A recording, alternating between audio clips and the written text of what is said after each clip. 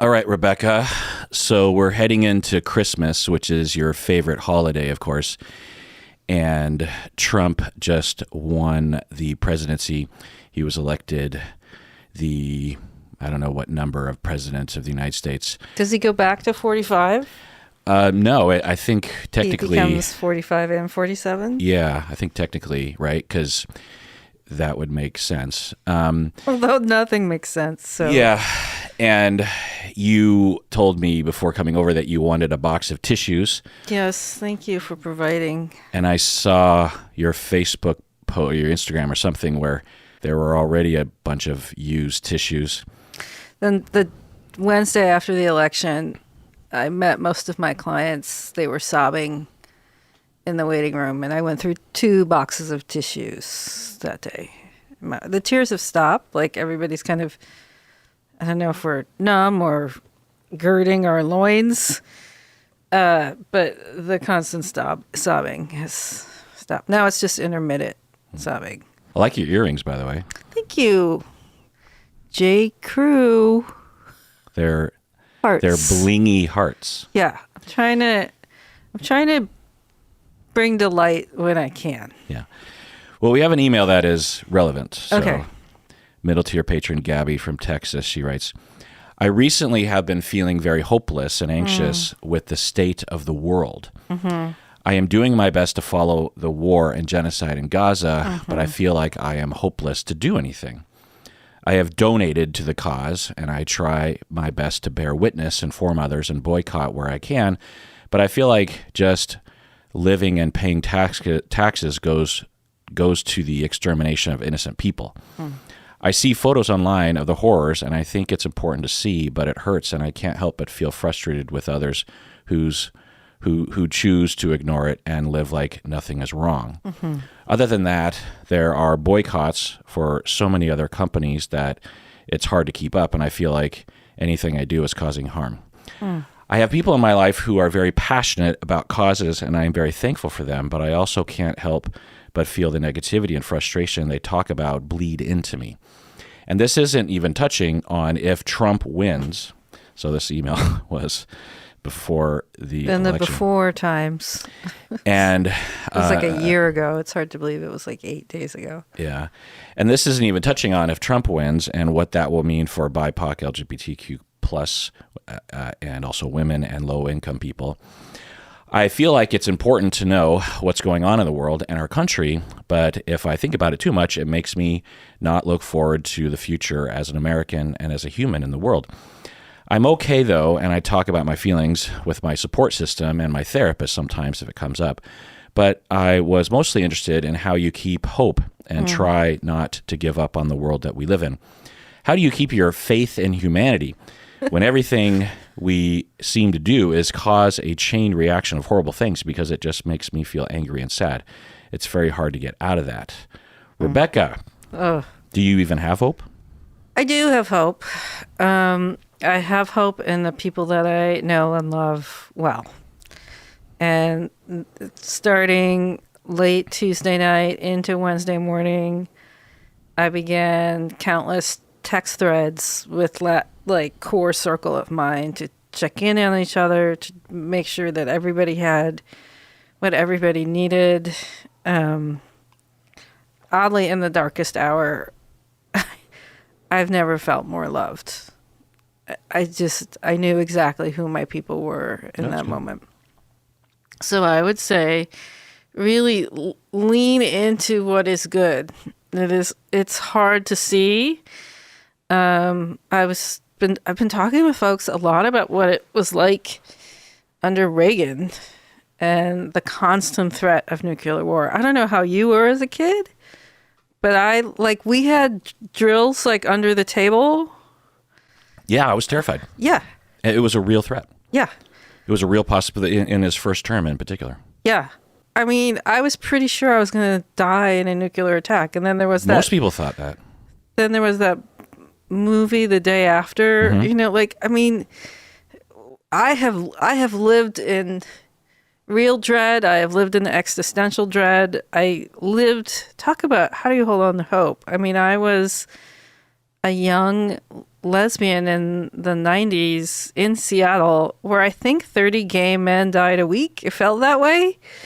Of just like that, we were just surrounded by death constantly. I mean, I think what is so interesting about our times is that radicals can see each other. Like when I was a kid, you maybe went to a leftist bookstore, you maybe went to a tiny ass church and like heard Pete Seeger covers. Like the movement felt small. When I think about Trump being president, there's a lot of different roads that I go down emotionally and coping and just trying to make sense of it. One of the major roads leads me to Reagan. Yeah, me too. I don't know why. Well, I mean, why do you go there? Because because the person at the top wanted me dead. I mean, that was like, he didn't care. He just wanted his friends to get richer. I mean, you could feel it at the time. Like the priority was, this trickle down, the theory of trickle down economics, right? Give the money to the people at the top and it'll eventually trickle down. There were all of these policies that he ended care as complicated as it is. He began the homeless crisis by ending mental health care the way that it had been. He slashed all kinds of benefits. You had to prove that you were worthy for food stamps. I mean, all of these things that said, I hate you. I don't think you're worthy.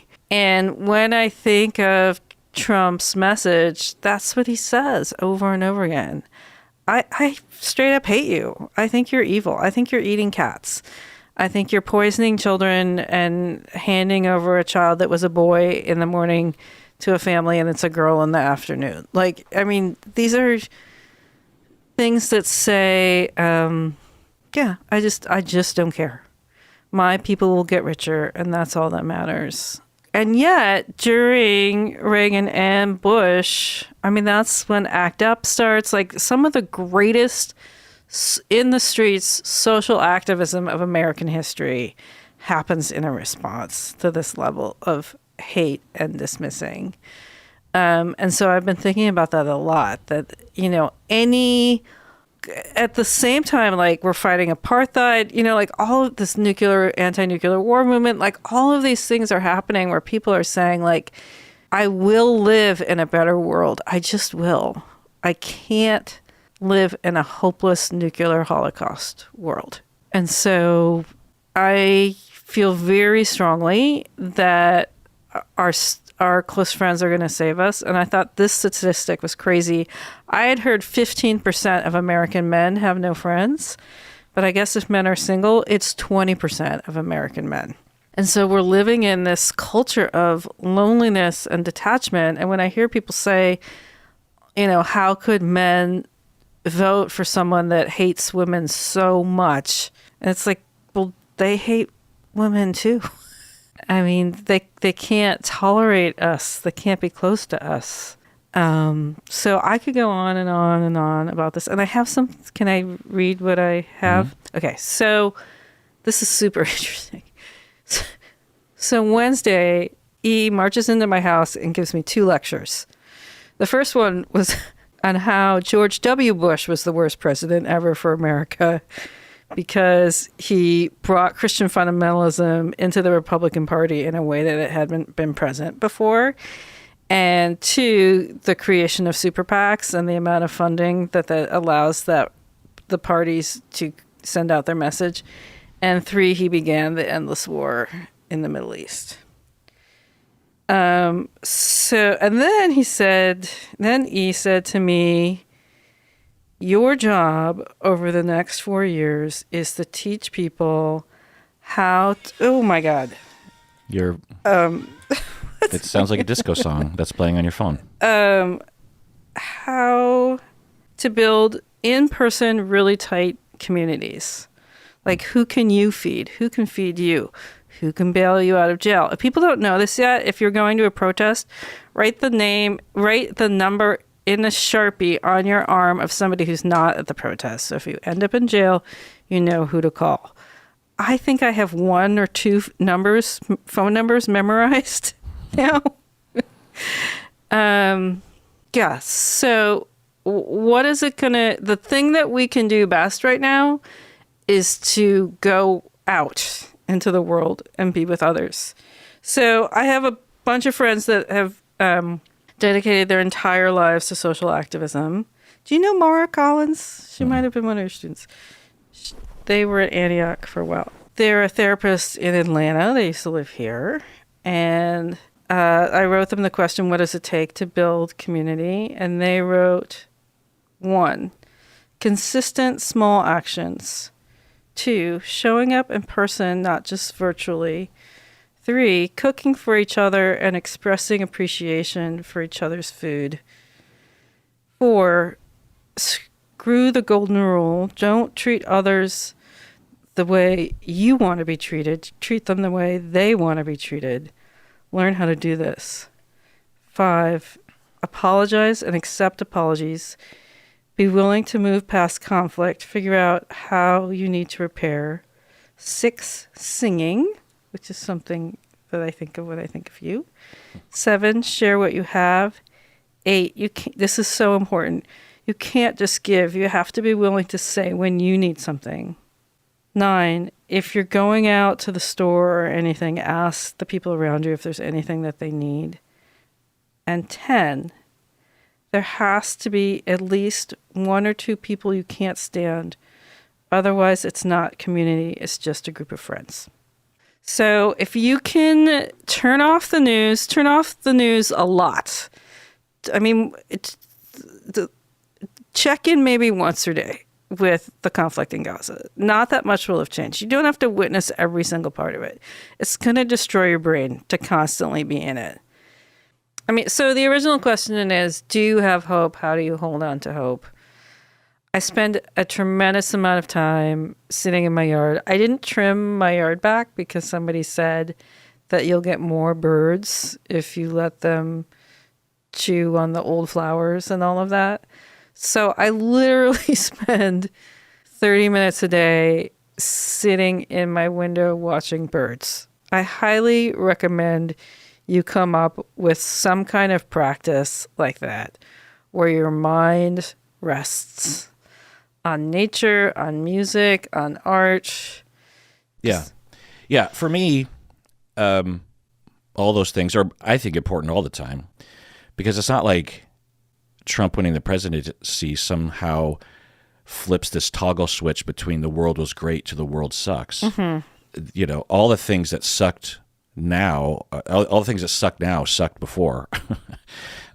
There's, I guess, an additional thing that sucks, but there's a lot of things that suck. There's a lot of horrible things that are happening. So the other thing is, a lot of what actually impacts our life has nothing to do with the federal government and has nothing to do with the presidency, which is 1/3 of our government, the administration, the presidential administration. So you can rely, in the United States anyway, on local law. And one possibility that could happen, that's already been happening, is that we can pass state law to protect the people, we the people of Washington State. That's one of the benefits of having the United States, is that we can govern ourselves. It's possible that over the next 4 years, we'll see, at least for us in Washington, a greater foundation of the rights and the policies that are in line with how we feel about things. That's my hope anyway. So there's that. But in terms of like hope, you know, I just watch your eyes be like, yeah, I don't know. I talked about, people asked me about this yesterday during a live stream, and I'm not an expert. I have a lot of things rattling around in my head, and I have my own like coping or my own thought processes, my own cats chasing mothballs in my brain right now. But I don't have any, you know, if people ask me a clinical question, or if a therapist asks me a question about how to be a therapist, I have answers. I don't have answers to this. I don't know. And I feel a lot of people wanting me to have answers. And I guess I have answers, but I just don't think anyone's going to like my answers. I don't find anyone's answers to be satisfying me, and I I was talking about my answers during the live stream, and there was a mixed reaction to it. There's some people that appreciate it, but one person was like, "Oh, it's a very typical Gen Z response or Gen X response," and I was like, "Huh, well, what does that mean?" And then someone else said something like, "Oh, it's typical cis het reaction," and I'm white passing cis het reaction, and I'm just like, "Wow, what's going on there? What do you mean?" So one of the things is we're going to have to find a way to be nice to each other. Yeah, and I wasn't attacking anybody. I was just kind of, and I said from the beginning, I'm not an expert. I don't know. Don't listen to me. People were really asking me, and I should have prepared before the live stream. I should have either had a statement or just had a policy. I had a loose policy that I just wasn't going to say anything because I don't know is the answer to the question. But in terms of hope, I just don't put that much weight in who the states between California and New York decide that they want to be president of the United States. I just don't put that much weight in my life on their opinions and on what they want the world to be. I just don't. If they want trans people to disappear, I just don't give a fuck because they're not going to disappear from my town and I'm not going to let them disappear. I'm going to start crying. We're not going to let them disappear. Passing the Kleenex. I have this. I have my own handkerchief. I have allergies. Tissues are for amateurs. It's not going to happen. I just know it because we're not going to let it happen. Nobody in Seattle is going to let that happen. If the feds show up to do something, the entire fucking city, 2 million people in the metro area are going to stand in the way of the military. You just know it. Soccer moms will show up. Because we're all in alignment. So, in terms of the extreme shit, we all agree in Seattle and Washington. So, my fantasy that I think about before I fall asleep is creating the country of Pacifica or Cascadia, whatever you want to call it, which is the West Coast. Yeah. I mean, I think the theme here is the exhaustion. It is for me. I've noticed I've never sighed out loud as much as I have in the last week. And then when I sigh, someone else is like, "Oh, thank God you're making noise about this." Like it is guttural for me. What the patron said of like, how do I make an impact in Gaza? You're looking at the wrong prize. Sadly, I wish you could make an impact on Gaza. Like with all my heart, I wish the fighting would stop there and that culture could rebuild and they could have their land. Like that is my greatest wish. And is that, work like hell for that, but also in your own life, what are the tiny steps that you can give for hope and happiness? Like, because the only things that we can truly impact are the small things around us. My access, how I put food in my body. Like, currently I'm dealing with high blood pressure, type 2 diabetes. We haven't even talked about that. I did my full medical genome, because I got super freaked out about my mom's cancer diagnosis and some other health diagnoses that were going in my family.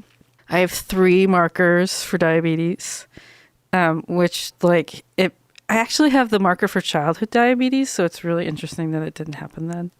But I'm looking at my life in a completely different way. And I have the marker for ADHD, which made me look into it, and I actually qualify for an ADHD diagnosis because dyslexia now falls under ADHD. Well, what do you mean falls under? Well, it's one of the things that can... So what for women in ADHD, what the diagnosis things that I qualify for are... This is so off the subject, but let's just quit the storyline. It's too far. It's too far.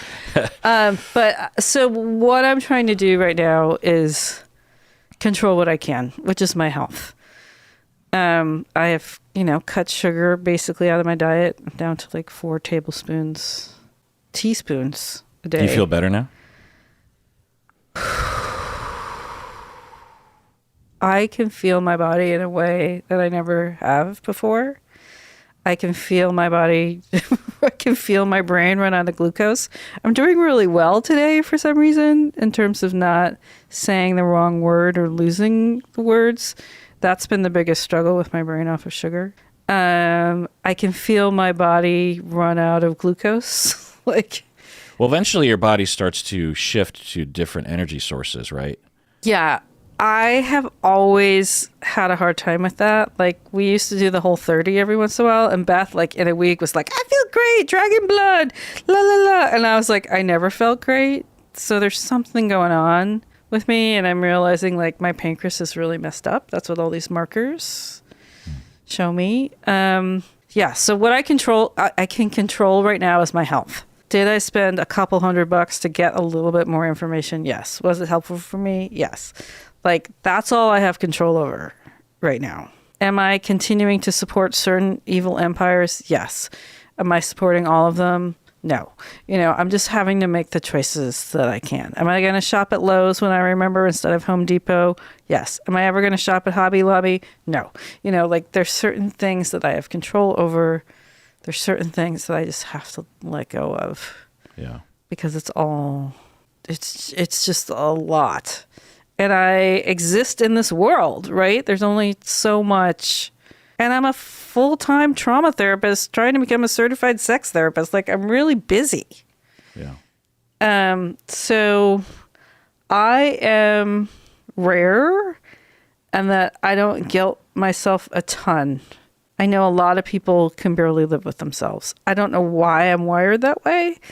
Barely live themselves for what guilt? For a lot of people are very concerned that they are somehow supporting things. Let me say this better. No, I know what you mean. It's the same when it comes to climate change. There will be people that will acknowledge that for them to drive a car or to turn on a light is contributing in part to the destruction of our climate, or the massive alteration of our climate that will result in all likelihood, you and I not being impacted by it, but millions upon millions of people in countries like Bangladesh or people in coastal areas in Southeast Asia or something that will be killed and displaced and experience famine, and then the international aid won't be enough. And every time they get in their car, they think about that because that's really what is happening.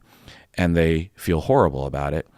And everyone should feel how they're going to feel and think about it. But for me, this is just me, is until the government does something to fix the problem and regulate things and figure out how to create an infrastructure and a transportation system that has a lesser impact, or energy policy that has a lesser impact or no impact on the climate, then why is it on me? Why am I to blame personally?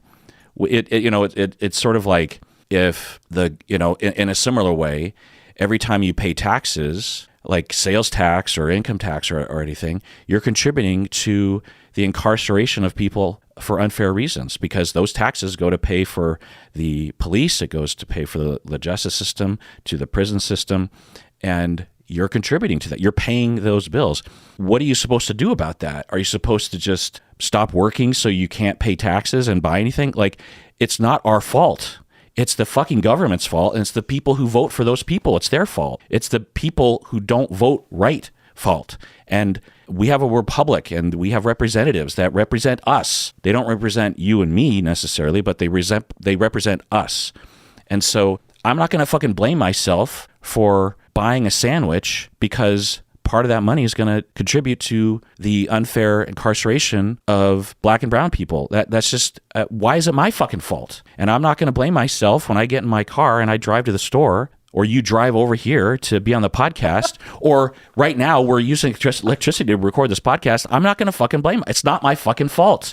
It's the government's fault, and it's the taxpayers' fault, and it's the voters' fault. It's not my fault. And I don't think anyone, blame yourself if you want to, but don't blame yourself if there's atrocities happening in another country, by the way, which we have almost zero control over. You could say we have control over our country in a sense because they're helping, right? But how much control do you feel like you really have over the federal government and their choices for foreign policy and aid and weapons?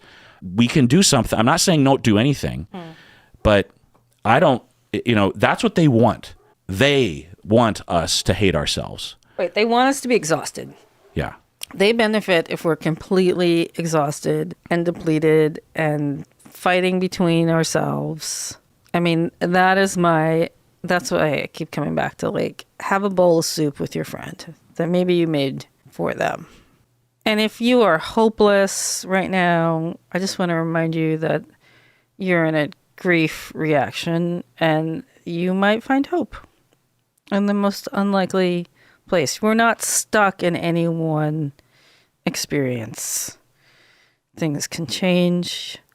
You can evolve in your feelings. Yeah. So it is a cold and miserable rainy day in Seattle today. Yeah.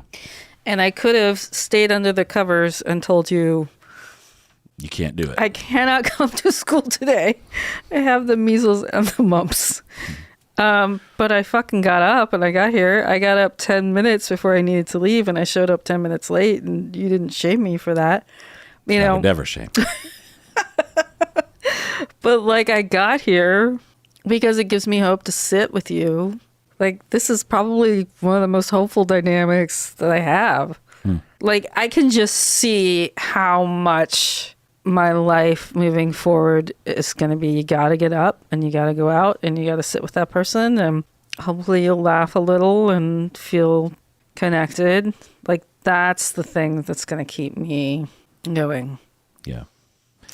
Because isolation on top of fear is a killer. For sure. Yeah.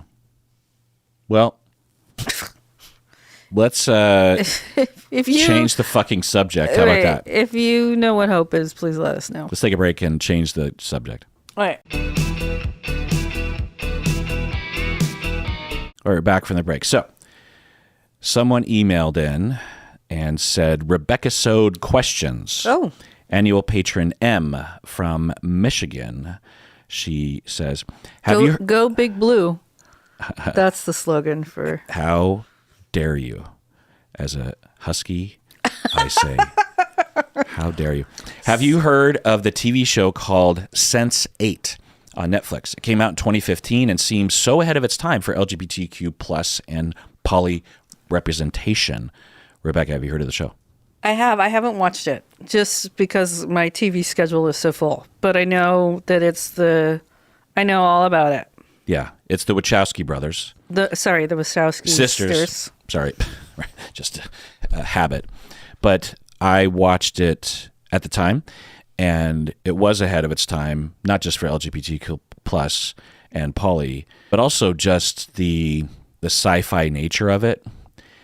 But after a number of episodes, I just found myself not returning to the show for whatever reason. I don't remember why.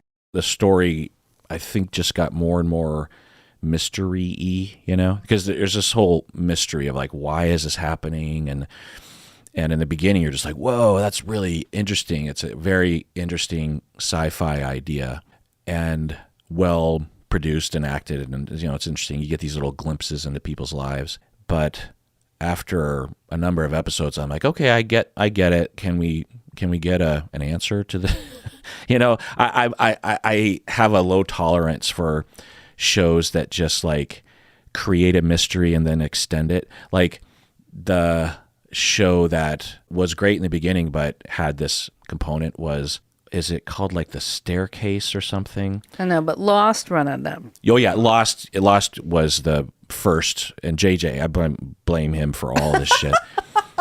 He ruined, episode 9 and all that kind of stuff. But and he's well known for ruining all this stuff. But yeah, so I can't remember what the show is called. It centers around a staircase that is underground, and they are all being told that outside is this wasteland. Oh, the silo. The silo. And so... I got to watch it. The first number of episodes are pretty interesting. After a while, I'm like, oh, I get it. You're just going to extend the mystery, and eventually they'll reveal it. So what are you watching right now? I'm watching Penguin. People love that show. I love it. I don't recommend it necessarily, because as I'm watching it, I'm like, I could see people not liking this show for various reasons. But I find some of the writing and directing and acting to just be some of the best I've ever seen. I saw a review 10 out of 10. Like, people just love it. Yeah, I feel really spoiled with like these shows that are like kind of popular, like The Last of Us, Andor, Shogun, what was it, Severance. These shows, House of the Dragon, these shows are some of the best TV shows I've ever seen in my life. And Did you watch Agatha all along? No. Oh. Well, that's Marvel, isn't it? We just went through Agatha all along, screaming, yelping in joy the entire show. Well, Want to recommend that. I've heard good things. Maybe I'll check. Okay, so we have an email. Okay. Major trigger warning to the listeners and to you, Rebecca, about sexual assault. Okay. Maybe the biggest trigger warning that I've ever had, because the emailer, she goes into detail, and I thought about cutting it out, but I think it's actually important to talk about, not only to the question, but also just to remind us what we're talking about here. Okay. But here we go. If you have anything close to PTSD about rape and sexual assault, I honestly, I would just skip forward like 20 minutes. Anonymous listener from Norway, she says, I found your podcast during the Depp Heard trial and have listened to it pretty much daily since then. Thank you for creating this beautiful corner of the internet. I want to start off by saying that I have been in therapy for years, and I will talk about this with my psychologist. So my first sexual experience was a sexual assault. When I was 16, my friend and I lied to our parents to come to this party with people in their 20s. My friend was dating one of them. I'll call him Sam. I think we were given homemade spirits, something green, and I got really drunk, really, really drunk. Sam's brother, who was 24 years old at the time, Sam's brother kept hitting on me, and I kept rejecting him because I was not attracted to him and because he had a 13-year-old girlfriend. He kept asking, and I kept saying no. When the party was over, he managed to manipulate me into sleeping in his bedroom by saying I'd get raped by the other guys if I slept in the living room. Then he coerced me step by step until he was forcing himself inside of me. When I told him that it was hurting, he said, it'll pass, and he kept going until he finished. Afterwards, I went to the bathroom and saw that I was covered in blood up to my stomach and down my legs. So I cleaned up and cried until I couldn't stay awake anymore, and then slept next to him the rest of the night. I didn't tell anyone about it and didn't think it was sexual assault until a couple of years ago. And I still have to remind myself that it wasn't my fault. Afterwards, I just shut down the sexual part of myself, which I had blamed, and I became very afraid of penises. That was 16 years ago, and I'm thankfully not afraid of penises anymore. There are two things I'd be curious about. So just before going into these questions, Rebecca, any thoughts so far? This is not an uncommon story. I'm so sorry this happened to you. I'm really thankful that you feel brave enough to talk about this with us so that we can really talk through the details of what this does to somebody, both emotionally and PTSD, right? You're literally doing everything you can to avoid being in this situation again. That's all I have. Yeah. Yeah. This is one of the stories. It's a common story, and it gives details that I don't think are often talked about. And I think it's important to mention because there's a lot of aspects to rape, and the often surface level details are important to talk about, but they are just part of the story. So to hear some more details, and of course, even if we talked to her longer, there would be hundreds of other details that would be illuminated as well. But the kinds of things that she mentions here as the highlights are important to acknowledge, that this is rape. That's what it looks like. That's what happens. Yeah, right. And then you have to crawl back in bed with that person. Like, that is not unfamiliar. Yeah. I mean, it's physically violent, and there's blood. And yet we have a society, or societies in Norway as well, I guess, that it's told in clear messages to girls that it's their fault. How is that possible, that you'd have a child that this would happen to them and they would blame themselves? Well, they didn't come out of the womb that way.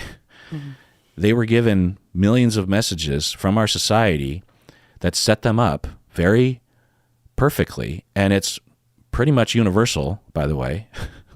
So you don't have to look at, well, half of people that are raped blame this. No, pretty much everyone will blame themselves, because the messaging is so clear in our society. And if that isn't evidence that we have not progressed in this area, then I don't know what is. So, so anyway, it's as you said, brave of her to put this forward. She asked a question: sexual assault as someone's first sexual experience, what are the sort of consequences of that, Rebecca?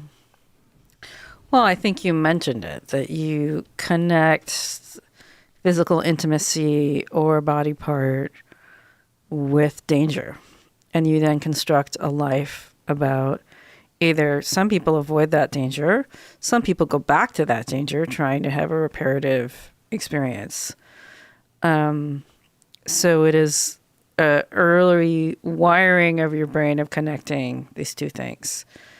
And then, but I would be curious, just so that this person knows, I don't think assault at any other time in someone's sexual experiences, that it might be any different, that it might be any more severe if it's at the beginning or at the middle.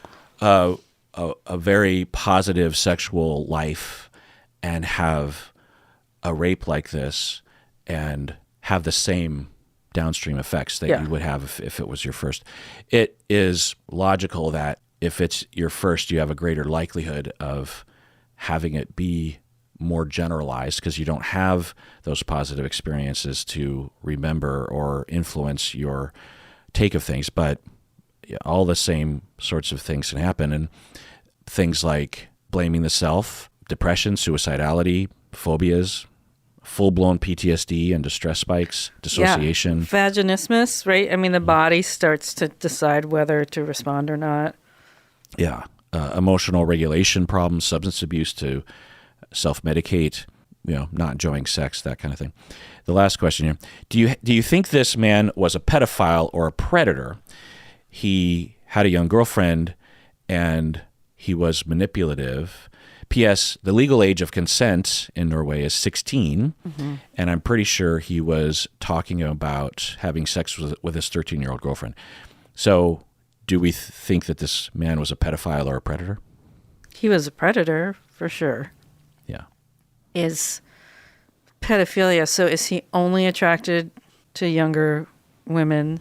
Is that the definition of pedophilia? Well, there's there's legal definitions, I believe, but there's also the DSM definition. But the spirit behind the definitions is that it is a sexual attraction to minors, however that's defined. And when you start talking about 16-year-olds, there's a bit of a gray zone depending on who you consider to be a minor. You know? If he's dating a 13-year-old, though. But yeah, there's in no universe is a 13-year-old not considered a minor. So yeah, absolutely a pedophile. I mean, sometimes they'll clarify this. There's another term for pedophiles that are attracted to tweens only, that kind of thing. But, what predators do is groom. And the way that he's kind of systematically breaking down one boundary and another boundary and another boundary, that is predatory behavior. And there's no doubt in my mind that this man is a predator and a menace to society. No doubt in my mind. And I the 13-year-old situation is secondary. It's a data point, but all I would need to hear was her account. The story is classic. The coercion, the trickery, the forcefulness. You were saying no repeatedly. And he kept at it, and he clearly wanted it that way. It's confusing for a lot of people because there can be a non-predatory situation where you just have a horny person who just really wants to get with you, and they initially are trying to convince you, and you say no, and then they back off, right? And that can be considered by some people to be like a romantic experience. Like, well, I'm just not ready, but I do want to eventually, that kind of thing with them. Or I don't know if I should because my religion says I don't, but my body says yes, and he's really pressuring me, like, what's going on? And there's this whole history around that of how proper women are always supposed to say no, even when they want to say yes. And so there's just a lot of confusion there. But there's zero confusion when it comes to what she is describing here. There's, even from the beginning that you say that he kept hitting on me and I kept rejecting him. That's not normal behavior. Great. Even if he was your age, if, he was 24, which is a major red flag there. But even if he was 14 and you were 16, someone who keeps hitting on you and you keep rejecting them and they keep hitting on you, there's something wrong with them, something deeply wrong. I don't know what it is, but being a predator is a possibility. There are other possibilities, but that's not normal. One, why, if you're just beating your head against the wall, but also who wants to be with someone who doesn't want to be with you? There's something deeply wrong with someone who wants to be with someone who doesn't want to be with them. Now, it's not always being a sexual predator or a sexual sadist. It could be, there's some sort of distortion that's happening or some sort of desire. For the sexual sadist, they want you not to want it. That's why they do it to you. Now, I'm not saying you're supposed to turn around and say, I want it to get them to go away, but I'm saying that that's not a bug, that's a feature. That's not a downside. That is what they want. They want you not to want it. They want to be with someone who doesn't want to be with them. Right, because that's power over, right? That's the... Well, they have sadistic urges. They like other people suffering sexually, and that's what they get pleasure from. That's what makes them feel sexual and emotional pleasure, and it has all the markers of that. And when you sort of zoom out, it was like he was single-minded. He went to the party, and as soon as he saw her, that was his sole focus, and all of his efforts were on that, which is, it just kind of looks that way, which means like, a massive compulsion. And God fucking knows what this guy has done to the women in Norway or in his town or whatever. I mean, you just think, right? Yeah. I mean, God fucking knows. Anyway, let's take a break. One more email. What do you say? Okay. All right, we're back from the break. So I think I'll just call this episode like rough because this next email I paired with the first email because it pairs. So, but you save these up for me. Yeah. I never get the light, fluffy.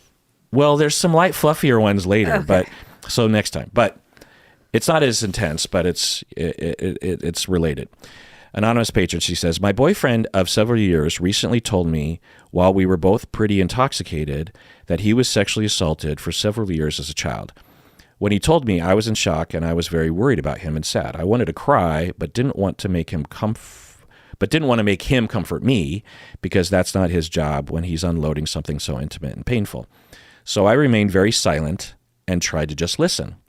When he told me, he seemed almost manic, like it came out like a tirade jumping all around, and he said I could ask him questions, but honestly, I was just so stunned. I only asked if he thinks about it very often and if he has talked to anyone and how he feels about it, but I mainly just listened in silence. I'm worried that my reaction wasn't right. What should you do when someone you love tells you something like this? Rebecca? So you heard me just do it, which is to say, first off, there's no right or wrong way to do this. We're all going to mess up in these situations. It's overwhelming and sad, and especially if you're dating that person. So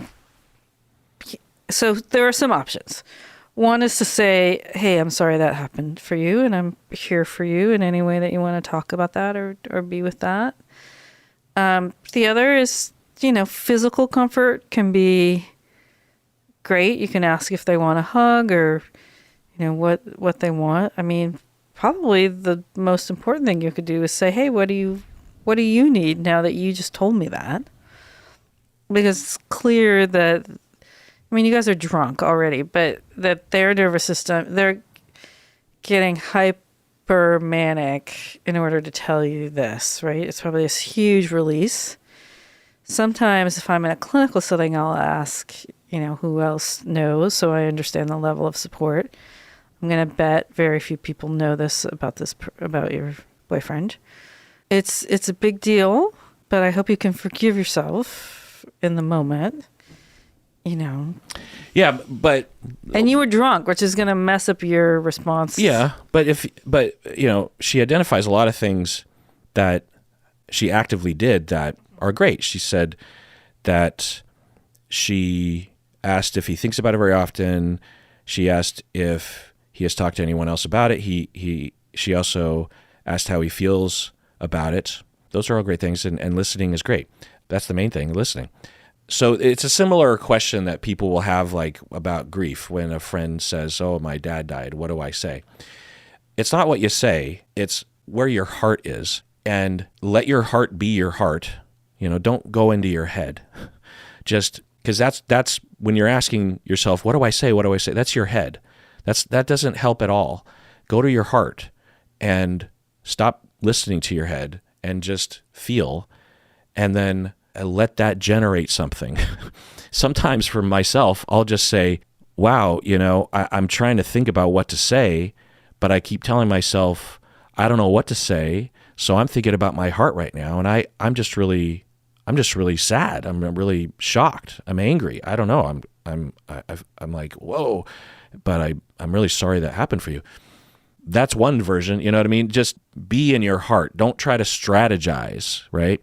The other thing is to know that, as you said, Rebecca, there's no right answer. You got to think about what's the goal, right? If your goal is to convey that you care, then go with your heart and focus on your caring feelings and your caring impulse.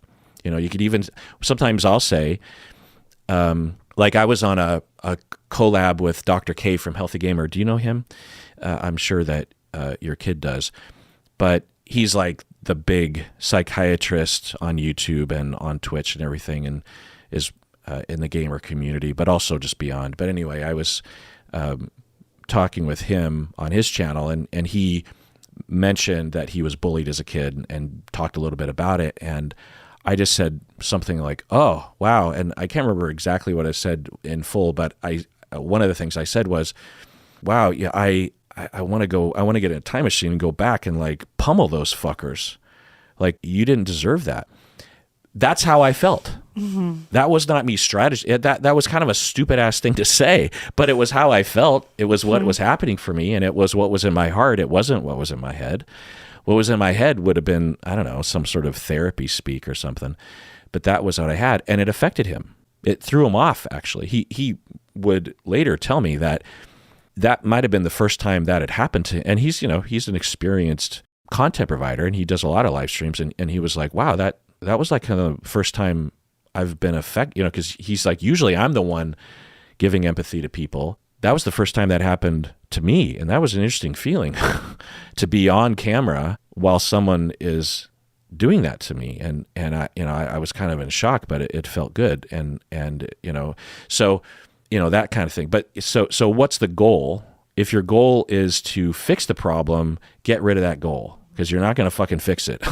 If your goal is to reassure them somehow, get rid of that goal. If your goal is to listen and to make them feel listened to, then you achieved that goal. You got that. And also just reassure yourself that as someone is telling you something like this, and this is what I tell my supervisees as well, is that when the conversation ends, it's not going to feel good. Mm-hmm. You're not, it's not a Hollywood movie. You're not Right. going to put a third act on it and have an epilogue where everyone walks into the sunset hunky dory.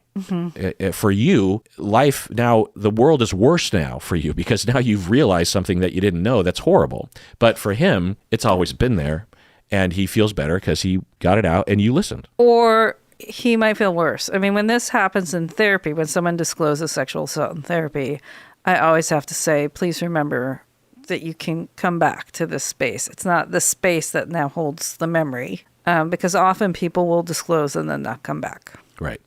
Yeah, and you know, that whole topic I talk about frequently, about making sure that as therapists we pump the brakes so that people don't re-traumatize themselves. They think that we have to hear everything, or that it'll help for them to just recall this PTSD trauma in full in therapy, which, if not monitored well and prepared for, can actually reharm and cause people to blow out of therapy. But that's not what a friend should concern themselves with. They shouldn't shut someone down because they're not a clinician. But just say, right, we can talk about this again if you need to, or not. We can never talk about it again. Right. Yeah. Yeah. Yeah. Like when people with grief, you know, people get real upset, like, you know, hopes and prayers. I don't want to hear that. Or my condolences. I don't want to hear that. And the reason why people will say that, in my view, is not because they don't want to hear that, but it's because it feels disingenuous. It feels inauthentic. It doesn't feel... Well, it doesn't have any meaning at this point, right? Like it can have meaning. You know, like if I said to someone from the heart, my condolences, they would feel that it was from my... It doesn't matter what you say. It's how it comes across is the point. Oh, that's another thing I want to address. That you said that you didn't want to cry because you didn't want to make him comfort you. I don't know what your dynamic is, anonymous patron, but if you cry and it suddenly pops him out of him talking about his traumas and now he's like super concerned about you, just say, hey, don't worry about me. I'm okay. I'm just crying. It's not it's not an emergency. I mean, you just cry. I thought I was going to cry on this podcast and you ended up crying. And it didn't take anything away from me. Right. That you were crying. Right. I just let you cry. I tried. You rejected my Kleenex. I didn't. No, I took one. I still have it.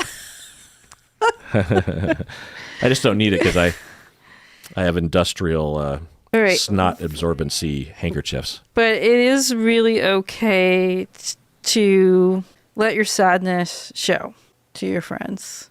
I'm always really touched when people cry for something, because sometimes I don't have access to the tears, right? When you see it in your friend, you're like, oh, right, this is safe enough to feel emotions. Anyways. Yeah, crying is an external physical manifestation of sadness or some other related emotion, and there's no threat. We tend to think of it that way. That's why people are like, everything will be okay, stop crying, everything will be okay, don't cry, don't cry. Or people will say, when I die, don't cry for me. What? Why? Why are you telling me not to cry for you? And I think it's because there's this notion in society that somehow crying is like harmful or painful, but the reality is that if you stuff all your tears, once you do start crying, you will start crying for a very long time. I once had a client that I was encouraging to cry, and she told me that if she started crying, she didn't know when she would stop. And I told her, you will stop eventually, but all of those tears are important.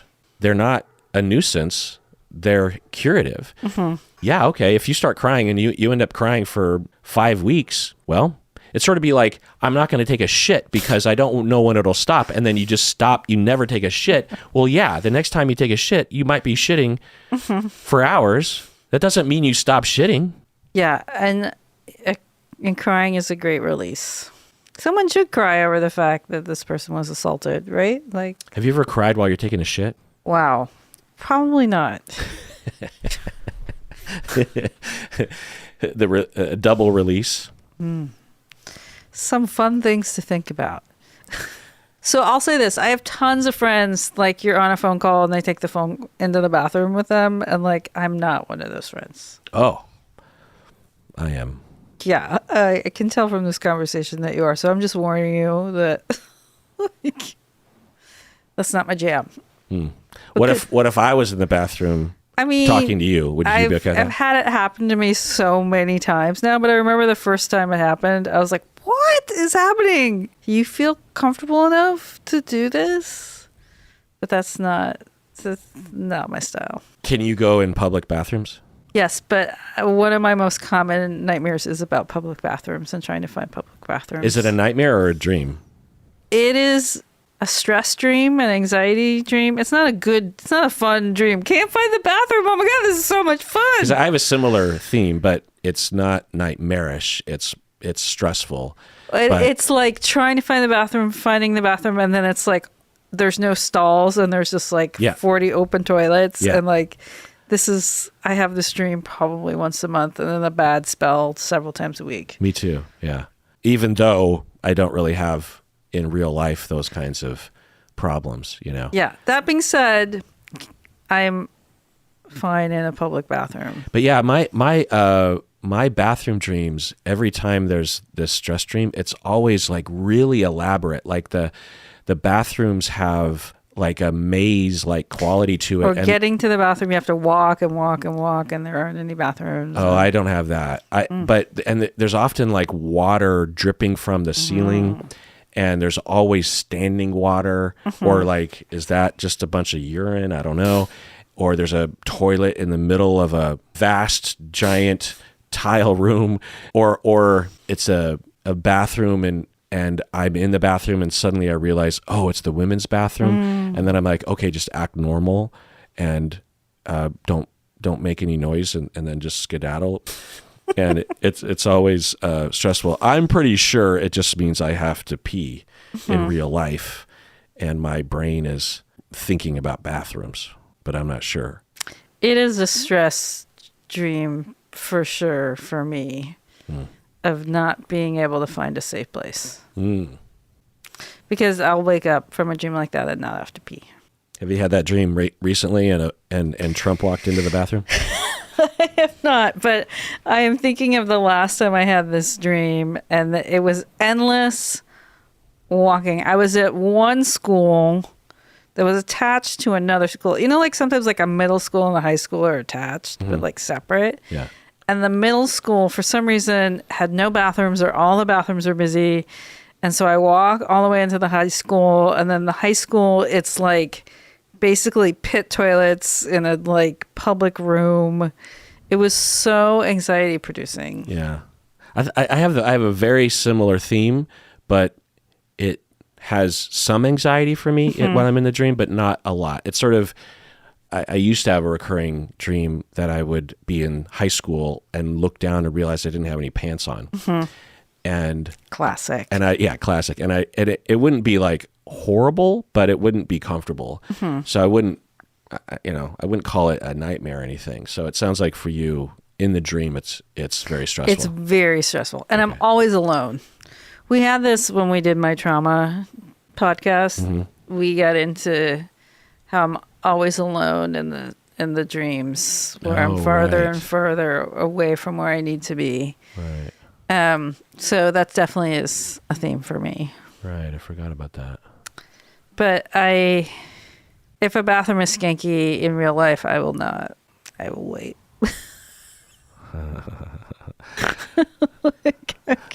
Well, that ends this episode. Well, I feel like I want to capitalize on the light nature of bathroom nightmares at the risk of going down some other tough topic. So let's end here.